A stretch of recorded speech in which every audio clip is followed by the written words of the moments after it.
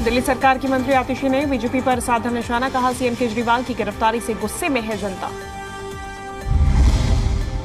दक्षिणी दिल्ली से अप्रत्याशी सहीराम पहलवान ने तेज किया चुनाव प्रचार, कलकाजी इलाके में निकाली पदयात्रा। उत्तर पूर्वी दिल्ली सीट से बीजेपी प्रत्याशी मनोज तिवारी ने किया चुनाव प्रचार, घोंडा विधानसभा इलाके में की रैली।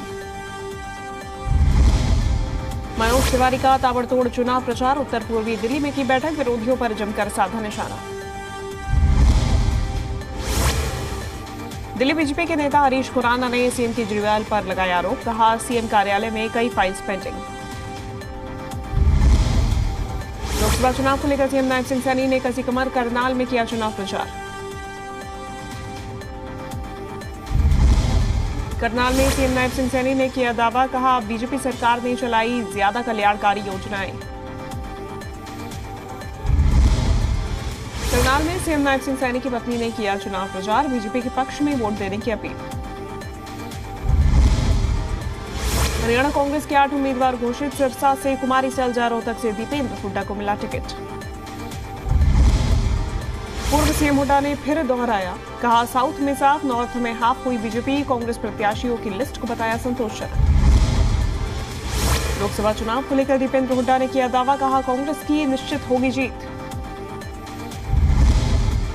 फरीदाबाद से कांग्रेस प्रत्याशी महेंद्र प्रताप ने जीत का किया दावा, कहा जनभावना और सर्वे के बाद मिला टिकट। सोनीपत से टिकट मिलने पर सतपाल ब्रह्मचारी ने कांग्रेस हाईकमान का जताया आभार, बीजेपी सरकार पर जमकर साधा निशाना।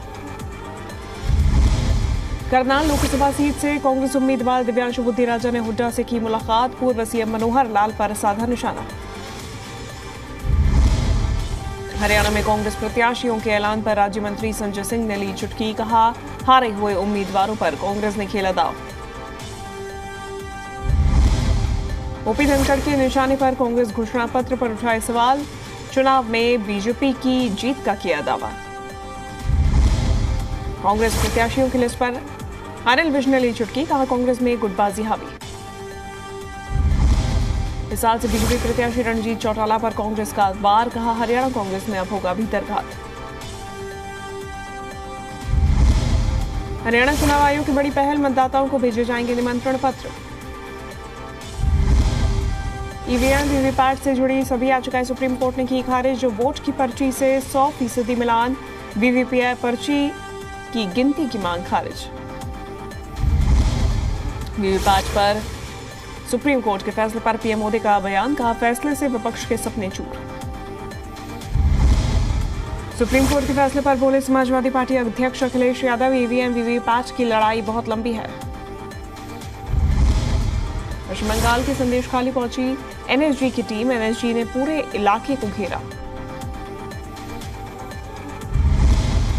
टीएमसी नेता के रिश्तेदार के घर सीबीआई का छापा, घर से बम बरामद, सीबीआई की 10 सदस्यीय टीम कर रही जांच।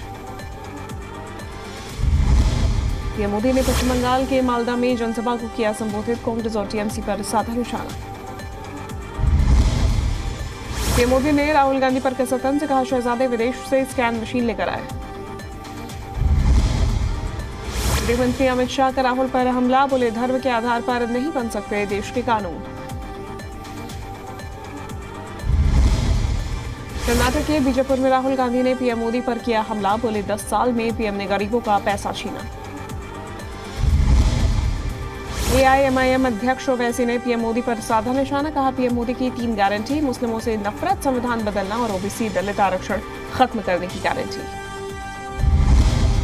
छत्तीसगढ़ में कांग्रेस नेता भूपेश बघेल से धक्का मुक्की, बूथ पर निरीक्षण करने पहुंचे थे बघेल।